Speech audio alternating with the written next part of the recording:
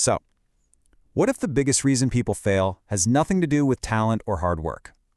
What if it's because they're playing a game they don't even know exists? Today, we're going to break down a mind-bending framework from John Obidi called the architecture of advantage. It's an operating system that might just change the way you see, well, everything. And man, this quote from Obidi, it really gets right to the heart of it, doesn't it? It suggests that for a lot of us, the problem isn't a lack of effort.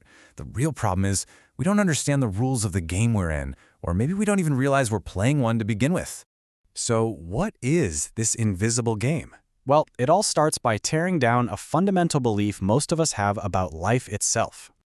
You know, we're often taught that life is this gentle journey of self-discovery. But Obidi argues that the elite are handed a completely different map, one that shows reality for what it actually is, a competitive arena.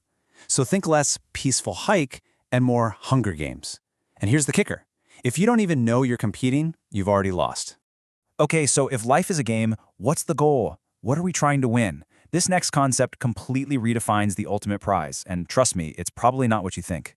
This is absolutely crucial. Most people are chasing freedom, but Obidi says that's a trap. Why? Because freedom is usually temporary, and it almost always depends on someone else's permission, your boss, the bank, the government.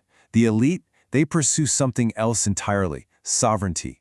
That's the absolute power to command your own life, your resources, and your destiny. Think of it like being your own country. This quote just, wow. It perfectly nails the difference, right? It's not about being free from something, like a bad job or a bunch of debt. It's about owning the entire system. It's about having the ultimate control and authority. That is the real prize the elite are playing for. And this shift in mindset changes everything financially. A sovereign person stops thinking about just getting a paycheck and starts creating their own internally generated revenue. They don't just save money, they build foreign reserves to handle any crisis. And they don't just make a few investments, they build a sovereign wealth fund for generational power. It's a complete overhaul of your entire financial operating system. All right, so in any game, you have to know who you're playing against. This next idea is all about understanding the other players on the board. Obidi uses this really powerful analogy for the two basic types of players. Now, this isn't about good versus evil. It's about understanding raw, unchangeable nature. You have sheep. They're herbivores. They can thrive just fine without hurting anyone. Then you have wolves. They're carnivores. They must feed on others to survive. The most important thing to get here is that it's not personal. It's just their nature. This leads to a pretty obvious question, doesn't it? If there are wolves out there in the game, do you have to become a wolf yourself to survive, let alone win? And the answer is a big no. You don't have to change your fundamental nature. The goal is to develop the cunning of a serpent. It means you learn to think like your opponent so you can anticipate their moves and protect yourself, all without having to become something you're not. So what's your primary defense? It's discernment. The inability to spot a wolf in sheep's clothing is exactly what gets you eaten in this arena. It means you have to learn to compartmentalize your relationships. You just can't treat everyone the same. In this game, being naive isn't a virtue. It's a critical and sometimes fatal liability. Okay, so we understand the players, but what does this cunning actually look like in practice? Let's get into the specific strategies the elite use to keep their advantage, especially when it comes to how they talk. Just look at the difference here. When things get heated or there's some big public controversy, a lot of people get loud, emotional, they have a knee-jerk reaction. And with their words, they basically end up scoring own goals. The elite, they play the long game.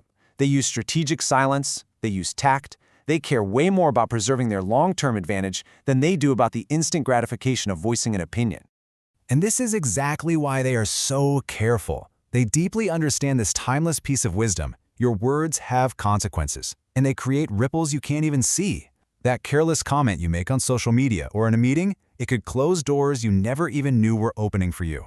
It's not about being fake, it's about being strategic. So after hearing all of this, the really big question is, what's next? How do you actually start building your own architecture of advantage?